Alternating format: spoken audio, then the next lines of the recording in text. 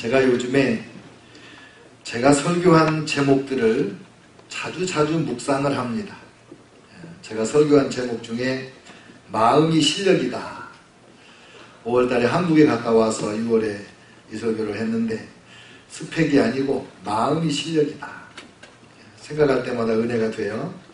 특권을 다 쓰지 않는 특권층이다.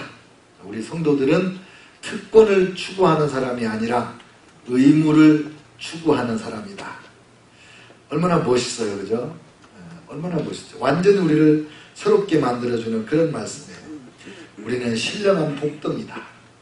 세상 사람들 보기에는 어떨지 몰라도 하나님 눈에는 정말 눈에는도 아프지 않을 하나님의 영광을 찬송하는 하나님의 일꾼이다. 너무 감동이 돼요. 지난주에는 또 하나님께서 우리에게 도끼를 갈자 이런 말씀을 주셨어요. 영적으로 도끼를 갈아야 힘들지 않고 승리하는 삶을 살 수 있다. 하나님 중심, 가정 중심, 교회 중심으로 살아야 된다. 그래야 직장을 통해서 하나님이 온갖 복을 내려주시고 친구와 취미생활에도 여유있게 해주신다. 너무 멋있는 설교였어요. 근데 제가 저보고 물어보는 거야. 의정아, 황 목사, 너는 왜 설교하냐? 너는 왜 설교하냐? 그걸 제가 물어봐요. 내 설교의 목적이 무엇이냐? 누구를 위해서 설교하는 거냐? 저 혼자 많은 대화를 해요. 주의 종이니까 주님을 위해서 설교를 하죠. 제가 없으면 하나님께서 우리 성도들에게 말씀하고 싶어도 입이 없잖아요. 그래서 제가 주님 대신해서 말씀을 대언을 하는 거예요. 그래서 제가 설교를 잘하면 하나님이 기쁘시겠죠. 하나님이 원하는 말씀을 그대로 잘 전하니까. 그 다음에 제가 왜 설교를 하느냐? 우리 성도들을 위해서 설교를 합니다.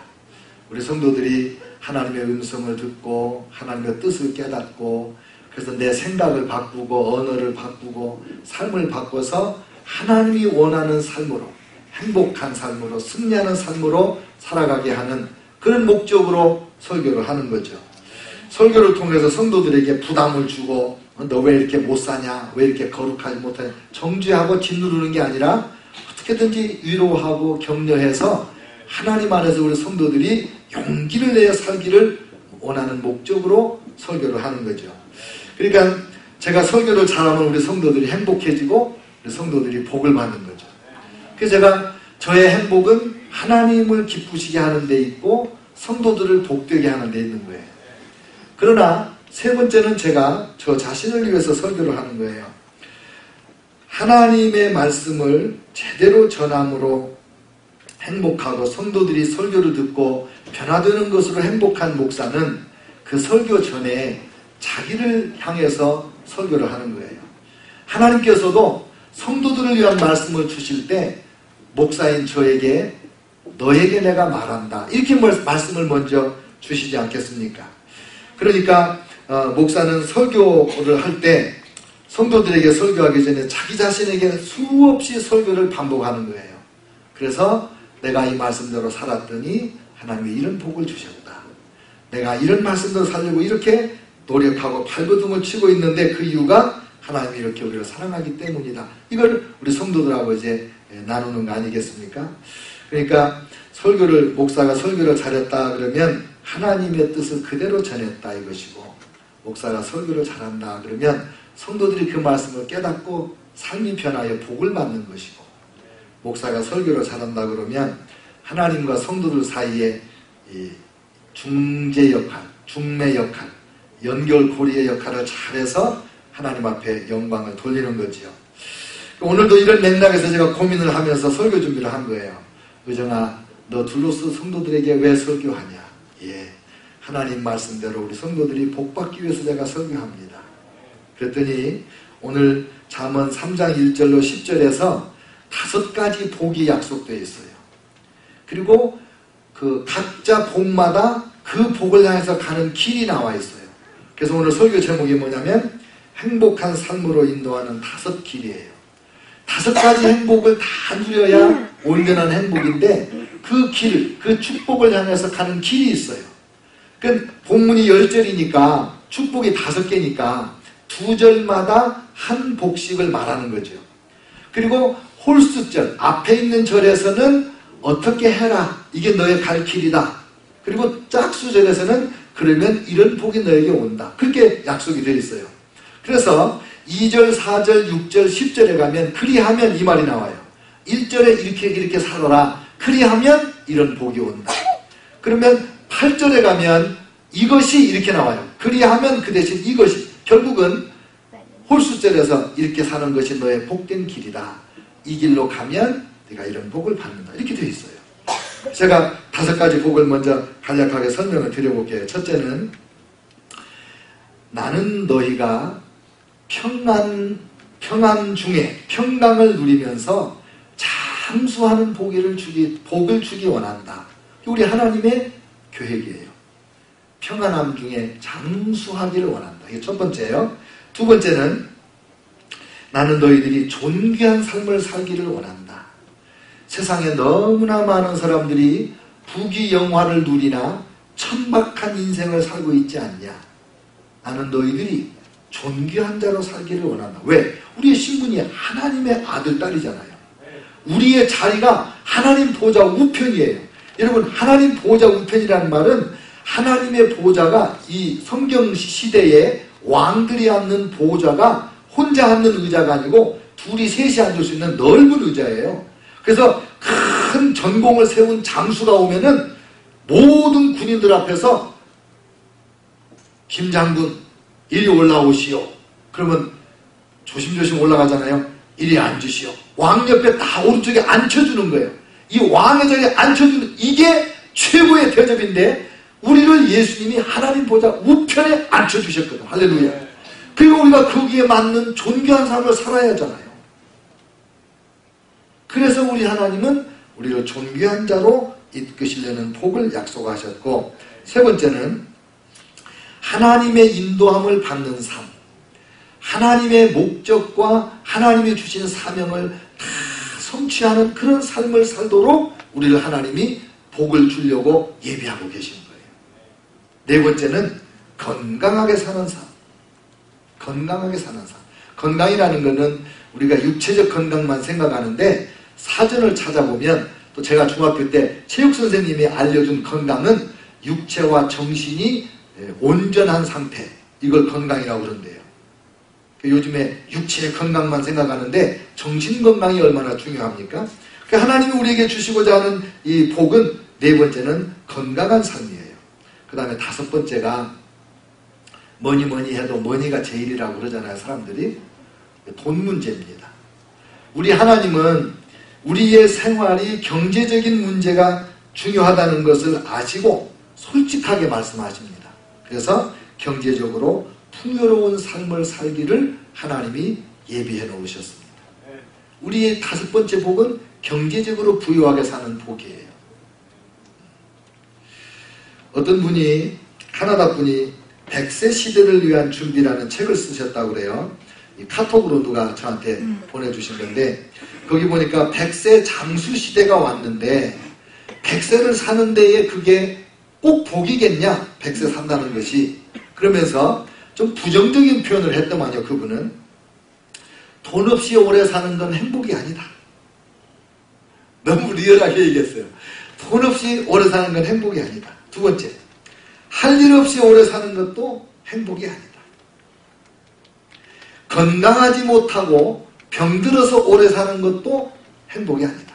100세 시대가 복인데 복이 아니라는 거예요, 그게. 네 번째, 혼자 오래 사는 것도 복이 아니다. 부부간에 오래 살면 좋지만 부부간에 그렇게 마음대로 됩니까? 그래도 자녀들이 늘 옆에 있어서 같이 살아야지. 친구가 있어야지. 근데 지금 이 네 가지가 다 현대인에게 큰 문제거든요. 오늘 성경 말씀에 하나님 말씀이 이 학자가 쓴 것보다 훨씬 더 잘 말씀하시는 것 같아요.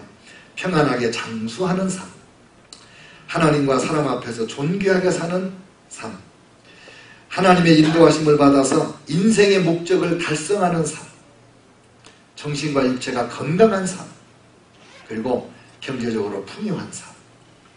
사실 경제 문제가 좀 넉넉해야 이 앞에 있는 것들도 다 원활하게 살아갈 수 있는 그런 면이 없지 않습니다. 그러면 이 5가지 길을, 이 축복을 향한 5가지 길이 뭔지 오늘 말씀을 통해서 말씀을 드리겠어요. 너무 쉬워요. 사실 설교로 설명할 것도 없을 만큼 성경 말씀은 너무 클리어, 명쾌하게 나와 있어요. 1절, 내 아들아 나의 법을 잃어버리지 말고 내 마음으로 나의 명령을 지키라. 그리하면 그것이 내가 장수하여 많은 해를 누리게 하며 평강을 더하게 하리라. 그러셨습니다. 여러분, 평안하고 장수하는 삶으로 인도하는 길은 뭐냐면 하나님의 법을 잊어버리지 않고 마음으로부터 하나님의 명령을 지키는 거예요. 우리 인간은 망각의 동물이지요. 하나님 말씀을 우리가 너무 쉽게 잊어버립니다. 귀로 들은 다음에 24시간 지나면 5% 남는데요. 남는 것 같지도 않아요. 5% 갖고. 또 열심히 정신 차리고 읽으면 하루 지나면 15%가 남는데요.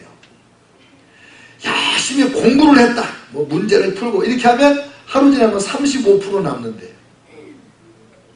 그러니 하나님의 말씀을 이렇게 자꾸 잊어버리니 어떻게 하나님의 그 평안과 장수의 복을 우리가 누릴 수 있겠는가? 이게 우리의 큰 도전이에요. 최근에 배용준 요원사마가 이제 장가를 가버렸어요. 일본의 그 팬클럽 회원들이 많이 울었지 않았을까? 일본 여인들이 눈물이 강을 이루지 않았을까? 제가 그런 걱정을 좀 했는데, 요원사마 팬클럽 회원이 되기 위해서는 얼마나 헌신을 해야 되는지 몰라요. 겨울연가라는 드라마 DVD를 5세트를 사야 돼요. 5세트를. 그래서 한 세트는 영구 보존용, 우리 가문의 보배로 겨울연가를 DVD를 하나 보존을 한다. 2세트는 전도용. 아이고, 이 좋은 세상에 겨울연가도 못 보는 불쌍한 인생이냐, 너 이거 보고 복받아라. 그렇게 2세트는 전도용으로 써야 된다는 거예요. 이게 팬클럽 회원 되려면 그렇게 해야 돼요. 그 다음에 나머지 2세트는 내가 겨울연가를 보고 또 보고 보고 또 보고 보고 또 보고 해가지고 이 2세트의 DVD가 제대로 안 나올 정도 봐야 된다는 거예요. 여러분, 설교를 한 번 듣고 잃어버리면 안 돼요. 1부 예배 나와 듣고 2부 예배 나와 듣고 CD 가지고 운전하면서 일주일 내내 듣고 할렐루야. 그래도 잊어먹는 게 우리 인간인데, 그럼 이제 팬클럽 회원이 되는 마지막 절차가 테스트, 시험이 있어요. 시험. 그 시험을 어떻게 보냐, 팬클럽 회원 심사위원들이 딱 앉아가지고 이 DVD를 딱 틀어요. 아무거나 뽑아가지고 딱 틀어. 그러면 막 이제 이 드라마가 나오다가 갑자기 심사위원이 딱 끄면 그 팬클럽 회원 되려고 하는 그 수험생이 DVD가 끝나는 그 순간 드라마의 대사를 줄줄줄줄줄 다 외워야 돼. 또 다른 DVD를 켜가지고 딱 끄면 또 줄줄줄줄 외워야 돼. 이 드라마가 전체 대사를 다 외워야 팬클럽 회원이 됐다는 거예요. 몇 번이나 보면 그렇게 됩니까? 그랬더니 미니멈 70번을 봐야 됩니다. 7 동그라미. 그런데 하물며 우리가 하나님의 말씀을 잊어버리지 않고 마음으로 그 말씀을 지키려면 얼마나 말씀을 열심히 읽어야 됩니까? 얼마나 말씀을 열심히 들어야 됩니까? 도전이 됩니까? 예. 그러면 어떤 복이 오냐? 내가 장수하여 많은 해를 누리게 하며 평강을 더하게 하십니다.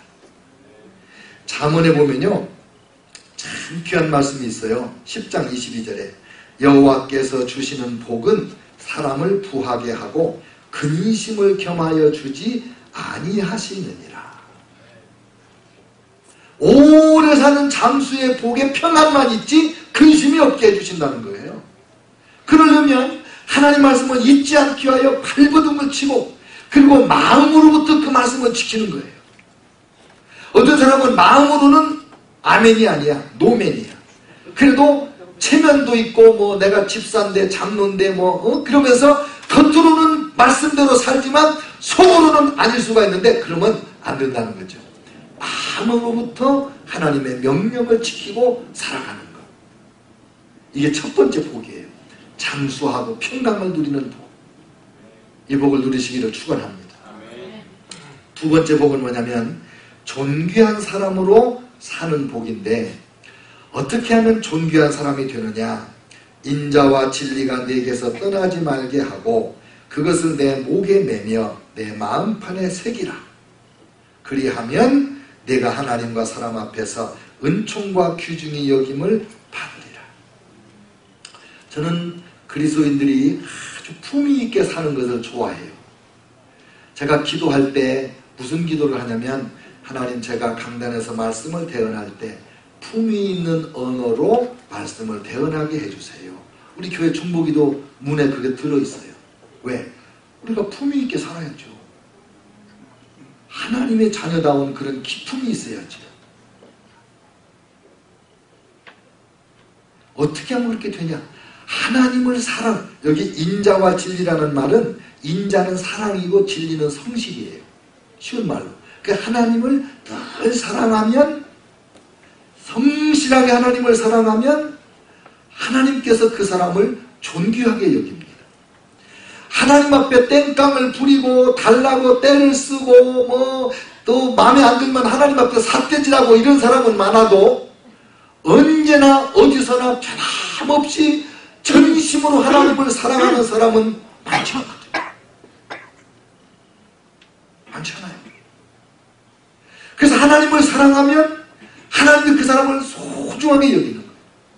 또 우리가 이웃을 사랑하면 이웃들이 우리를 귀하게 여겨주는 겁니다. 딱 인간을 볼 때마다 저 인간 돈이 얼마나 있을까? 저걸 어디다가 내가 이용해 먹을 수가 있을까? 이렇게 생각하고 사람을 이기적으로 대하면 사람은 영물인데 금방 알거든요. 앞에서는 꿀이 잘잘 흐르도록 그 단말을 하지만은 그래도 그 느낌이 달라. 다 알아요, 사람은요. 그런데 내가 저 사람을 어떻게 도와줄 수 있을까? 내가 저 사람의 문제를 어떻게 해결하도록 도와줄까? 저 사람이 하나님의 사명을 완수할 수 있도록 내가 어떻게 밀어줄까? 이런 마음을 가지고 주변 사람을 사랑으로 성실하게 대하면 사람들이 우리를 얼마나 귀하게 여기겠어요. 요즘 같은 세상에, 다 자기 일에 바쁜 세상에 남을 위해서 수고를 하는 사람은요, 존귀한 사람 대접을 받는 거죠. 성실이라는 게 그런 거거든요. 하나님 사랑도 좋을 때만이 아니고 항상, 이웃 사랑도 내 마음에 기쁠 때만이 아니고 내가 좀 바쁠 때라도 힘들 때라도 끝까지 성실하게 사랑으로 대하면 존귀한 사람이 되는 거죠. 우리가 왜 예수님을 위하여 목숨을 걸려고 합니까? 우리가 왜 예수님을 예배하기 위하여 이 귀한 날에 하나님 앞에 나와서 항상 예배합니까? 우리 예수님이 우리를 그렇게 존귀하게 대해주셨잖아요. 사랑으로, 성실함으로, 자기 목숨까지 내놓으면서 우리를 사랑해 주시잖아요. 그러니까 우리가 예수님을 존귀한 주님으로, 주님 한 분만으로 만족하옵니다, 이러면 사는 거 아닙니까? 그래서 그런 거예요. 그래서 목에 매고 마음판에 새긴다는 말은, 이 목에다 맨다는 말은요, 생명같이 사랑으로 소중하게 여기고 사랑한다는 그런 뜻이에요. 그 다음에 세 번째, 어떻게 인생의 목적을 달성하는 삶으로 갈까? 어떻게 하면 인생의 사명을 완수하는 그런 길을 갈 수 있을까? 그 길이 무엇일까? 5절에 너는 마음을 다하여 여호와를 신뢰하고 내 명철을 의지하지 말라. 너는 범사의 그를 인정하라. 그리하면 내 길을 지도하시리라. 하나님께서 우리 길을 지도하신다는 말은 어디로 가라 일일이 알려주신다는 말씀이고, 하나님이 인도하신 대로 가면 주님이 나와 동행해 주신다는 뜻이고, 하나님이 동행하셔서 인도하는 길을 가면 우리 인생의 사명을 완수하고 인생의 목적을 달성하는 최고 영광스러운 삶으로 인도해 주신다는 그런 뜻이거든요. 어떻게 이런 복을 받을 수 있느냐? 이런 복으로 가는 길이 뭐냐? 너는 마음을 다하여 여호와를 신뢰하고 내 명철을 의지하지 말라. 너는 범사에 그를 인정하라. 세 가지예요. 하나님을 신뢰하는 거예요. 하나님은 나를 사랑하신다. 하나님은 어떤 경우도 나에게 좋은 것만을 주신다. 하나님은 어떤 경우라도 나를 버리지 아니하신다. 이걸 철저히 믿는 거예요. 하나님 우리를 인도하실 때 환한 대낮에 인도하시기도 하지만 깜깜한 밤으로도 인도하십니다. 건강한 길로도 인도하시지만 병든 길로도 인도하십니다. 직선 길로도 인도하시지만 꼬불꼬불 길로도 인도하시고 올라가는 숨가쁜 길과 내려가는 위험한 길로도 하나님 우리를 인도하시거든요. 근데 하나님을 신뢰한다는 말은 올라갈 때든지 내려갈 때든지 꼬불꼬불 돌아가는 길이든지 밤이든지 낮이든지 하나님은 나를 가장 좋은 길로 인도하신다. 이걸 끝까지 믿는 게 하나님을 신뢰하는 거예요. 그런데 내 명철을 의지하지 말라 그랬잖아요. 내 명철, 너의 언더스탠딩을 의지하지 마라. 왜? 내가 딱 생각해 보니까 하나님이 나한테 지금 잘못하고 계시는 거야. 다른 사람들은 다 이렇게 해주면서 나를 이렇게 고난 가운데 두고 실패 가운데 두고 궁핍한 가운데 두고 질병에 병석에 누워있게 하고 이 하나님이 지금 잘못하는 거야. 이 길로 갔다가는 내 인생 끝나는 거야. 내 힘으로 내 능력으로 나와야지. 이렇게 하지 말라는 거예요. 사람들이 와서 다 말할 때 너 예수 잘못 믿는 것 같다. 남들은 예수 믿을 때 다 금방 부자 되더만은. 참 사람이 약해요. 어떤 큰 교회 목사님은 그러신대요. 우리 교회 예수님 10년 믿어서 부자 안 되면 예수 잘못 믿었다. 우리 교회라고 내가 다 부자 만들어준다고 그런데요. 거기 몇천 명 모이거든요. 근데 거기요 부자 우리하고 비슷해요. 다 부자 안 돼요 그렇게. 왜? 하나님은요 각자를 다 특별한 길로 인도하고 계시는 거거든요. 그러니까 내가 지금 어려운 중에 있어도 나는 하나님이 나를 사랑한다는 걸 믿는다. 나는 때때로 피곤하게 쓰러져서 죽은 듯이 잤다가 송장같이 죽었다가 깨란 듯이 일어나지만은 하나님은 주무시지도 아니하시고 졸지도 아니하시고 눈동자같이 나를 지키시고 계신다. 믿습니까? 이게 믿는 거예요.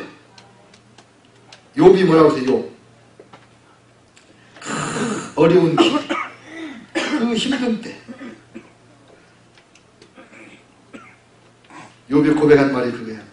그러나 내가 가는 길을 오직 그가 아시나니 그가 나를 단련하신 후에는 내가 순금같이 되어 나오리라. 원래 욥은 의인이에요. 흠이 없는 사람이에요. 하나님을 경외하는 사람이에요. 성결한 사람이에요. 그럼에도 불구하고 그가 그 혹독한 싫은 길을 지날 때 얼마나 어려웠으면 그 부인이 하나님을 저주하고 죽으시오. 얼마나 고난이 심했으면 그 철학자들 친구들이 와가지고 일주일씩이나 유구무원 말 못하고 앉아서 같이 울고 괴로워하다가 어떻게든지 욥을 건져주려고 당신 지금 시련 가운데 있는 것은 뭔가 하나님 앞에 죄를 진 게 아니냐고 말할 때 그래도 욥은 끝까지 하나님을 믿는 거예요. 나는 하나님 앞에 지은 죄가 없는데 하나님이 나를 이렇게 고난 중에 넣어두셨는데 하나님이 무슨 뜻이 있으실 겁니다. 주께서 나를 단련하신 후에는 내가 정금같이 되어 나오리라. 하나님을 신뢰하는 게 그렇게 중요한 거예요. 비행기 조종사들의 그 훈련 과정을 제가 책에서 읽어봤는데, 특히 군인들 전투기를 이렇게 조종을 할 때는 막 뱅글뱅글 돌고 막 이러잖아요. 이렇게 전투를 할 때 이 비행기가 나는 지금 비행기가 하늘로 올라가는 것 같은데 계기판을 보면 비행기가 땅으로 추락하고 있다는 거예요. 내 느낌과 비행기 계기판이 완전히 정반대가 될 때가 있대요. 이때 조종사들에게 막 철저히 훈련하는 게 뭐냐면 계기판을 믿어라. 네 느낌에 비행기가 올라가고 있는 것 같아서 안전한 것 같지만 계기판이 비행기가 내려가고 있으면 내려가고 있는 거다. 계기판을 믿어라. 왜? 계기판은 변치 않지만 너는 편들기 심하지 않나요? 우리 성도들이 하나님을 그렇게 믿는 거예요. 내 느낌으로는 하나님이 나를 안 사랑하시는 것 같아. 사람들이 수근수근 하는 소리를 들어보면 내가 뭔가 잘못하고 있는 것 같고 하나님은 나를 잃어버리신 것 같아. 그래도 아니라는 거지. 계기판 성경. 하나님은 사랑이시다. 하나님은 나를 사랑으로 대하시는 분이시다. 끝까지 하나님을 믿고 나가는 거예요. 그러면 하나님이 우리 길을 지도하시는 거죠. 범사의 그를 인정하라. 내가 지금 아플 때도 하나님이 알고 계신다. 내가 지금 너무 잘 될 때도 하나님이 나를 알고 계신다. 그걸 인정하라는 거죠. 그러면 하나님이 내 길을 지도하셔서 하나님의 목적을 성취하고 하나님의 사명을 완수하는 복된 길로 인도해 주시는 거라 이 말이에요. 이렇게 사시겠습니까? 아멘. 할렐루야. 그래야죠. 그다음 네 번째, 건강하게 사는 길은 무엇일까? 스스로 지혜롭게 여기지 말지어다. 여호와를 경외하며 악을 떠날지어다. 이것이 내 몸에 양약이 되어 내 골수를 윤택하게 하리라. 요즘에 장수시대가 돼가지고 이제 건강에 대한 관심이 많이 고조되었어요. 그래서 음식을 잘 먹어야 된다. 이 식이요법이 건강에 굉장히 중요해요. 그래서 뭐 유기농 음식 비싸지만 먹어야 되고, 또 운동. 저도 이제 운동을 열심히 해보니까 나이가 들면서 체력이 더 건강해지는 거예요. 제가 옛날에는요, 집에 들어가면 문자 그대로 손가락 하나 까딱 안 했습니다. 그저 밥도 떠먹여줬으면 좋겠다. 그런 생각했어요. 너무 피곤하니까. 쓰레기통? 내가 왜 비워요? 밥 먹다가 내가 왜 물 떠러 가요?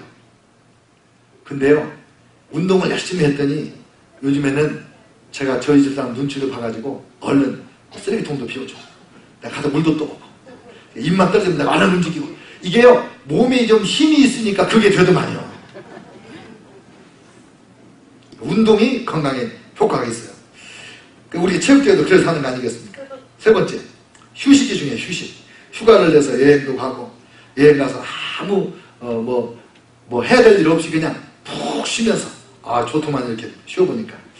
그리고 병원을 잘 가셔야 돼요. 의료 혜택을 받는 게 건강에 아주 좋습니다. 암 같은 것도요, 아주 초기에 발견하면 그냥 의사 선생님들이 야, 그 신비한 소녀예요. 똑띠 내면 땡이에요. 근데 병원에 자주 안 가면 안 돼. 늦게 발견하면 때는 늦으리. 그럴 수가 있어요. 근데 이런 것들이 다 열심히 지켜도 그럼 우리가 건강하게 편안하게 장수할 수 있냐? No, 그것은 아니에요. 어떻게 해야 건강하게 오래 사냐? 하나님을 경외하여 악을 떠나는 거예요. 여러분, 에이즈 환자가 어느 집단에 제일 많은지 아세요? 동성애자 그룹에 제일 많습니다. 에이즈 환자가 그렇게 많은 이유가 뭐냐면, 동성애하는 분들은요, 이 본성에서 하나님의 법을 어기고 있다는 걸 자기가 아는 거예요. 이 사람은 자기 본성에 어긋나는 일을 하면, 자기 양심에 어긋나는 일을 하면 몸이 약해집니다. 면역이 뚝뚝 떨어집니다. 그래서 거짓말을 하거나 화를 내거나 남의 흉을 보거나 이런 사람들은요, 자꾸 면역력이 떨어져요. 그래서 감기만 걸려도 안 떨어져. 완행열차야. 모든 감기가 돌 때마다 다 걸려. 이 면역력이 떨어지기 때문에 그래요. 심지어는 미국의 남자 동성애자들의 평균 연령이 54세인가 그거밖에 안 된다고 그래요. 진짜 그분들을 사랑하면요, 때려서라도 그걸 못하게 해야지 건강하게 오래 사는 거예요. 왜? 여호와를 경외하지 않고 악을 떠나지 않기 때문에 건강을 선물로 받지 못한다 이 말이에요.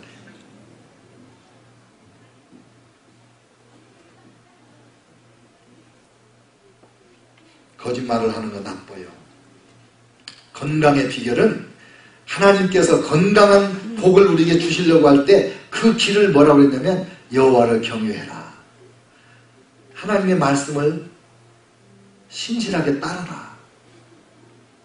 하나님을 경외하는 건 하나님의 말씀대로 사는 거예요. 악을 떠나는 거예요. 그러면 하나님께서 우리에게 건강을 주세요. 여러분요, 하나님 말씀대로 살 때의 그 기쁨과 행복은 이루 말할 수 없어요. 아, 내가 오늘도 말씀을 지켰구나. 응? 내가 말씀대로 살았구나. 골수가 윤택해진단 말이에요. 골수가. 그 다음에 다섯 번째 복이 이제 경제적으로 풍요한 삶을 사는 길은 무엇일까? 아침에 일찍 일어나고 밤에 늦게 자는 수고가 헛된다 그랬습니다. 하나님이 도와주지 아니하시면 오늘 말씀해 보니까 9절에 내 재물과 내 소산물의 처음 익은 열매로 여호와를 공경하라. 그리하면 내 창고가 가득히 차고 내 포도즙 틀에 새 포도즙이 넘치리라. 여러분, 하나님은요 돈에 대해서 굉장히 신경을 많이 쓰고 계세요. 왜냐하면 하나님의 라이벌이 돈이에요. 예수님이 그랬잖아요. 너희가 하나님과 재물을 겸하여 섬기지 못하리라. 그래서 하나님은 왕으로 섬기고 재물은 종으로 섬기는 비결이 뭐냐면 재물로 하나님을 섬기는 거예요. 재물을 종으로 부려서 우리 하나님을 높이고 하나님을 영화롭게 하고 하나님 앞에 바치고, 이게 하나님을 영화롭게 하는 거예요. 사람들은, 우리 한국 사람들은 돈 얘기를 잘 안 하잖아요. 그래가지고 헌금, 돈 이렇게 말 안 하고 재물, 물질 이렇게 말하죠. 우리 한국 사람들은 돈을 입에 담는 거를 양반이 할 일이 아니라고 생각한다고 그랬잖아요, 제가. 여러분 그 말 기억하세요? 팁을 우리나라 말로 젓가락돈이라고 한다고? 젓가락돈. 왜? 양반들은 기생집에 가서 잘 먹고 나서도 팁을 줄 때 자기가 손으로 돈을 안 만지는 거예요. 마당쇠야, 그러면 그 몸종 마당쇠가 예 많이 그러고 들어와요.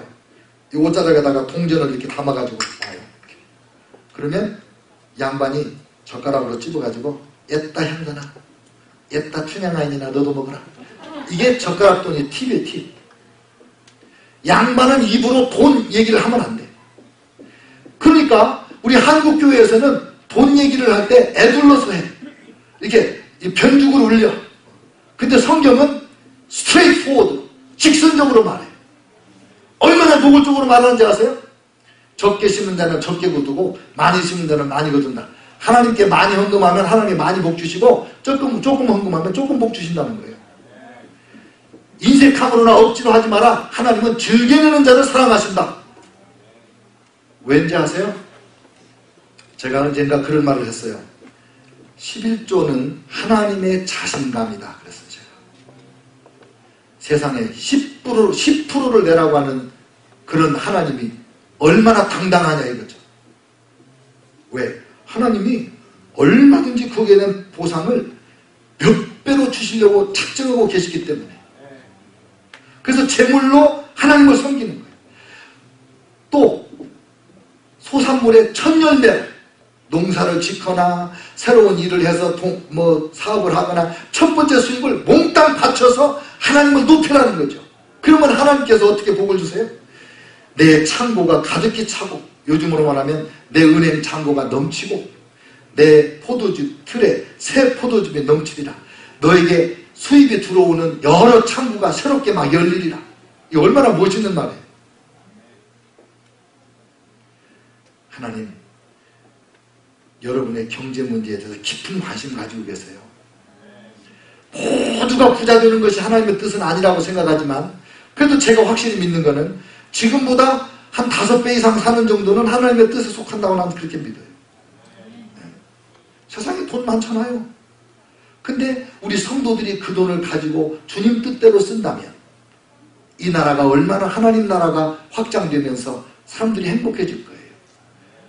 안 좋은 사람들, 하나님을 경외하지 않는 사람들이 돈을 가지고 자기들 마음대로 더 돈을 욕심을 내며 세상을 만들어 가니까 이 세상이 점점 악해지고 부익부 빈익빈 이런 양극화 현상도 일어나고 그러지 않습니까?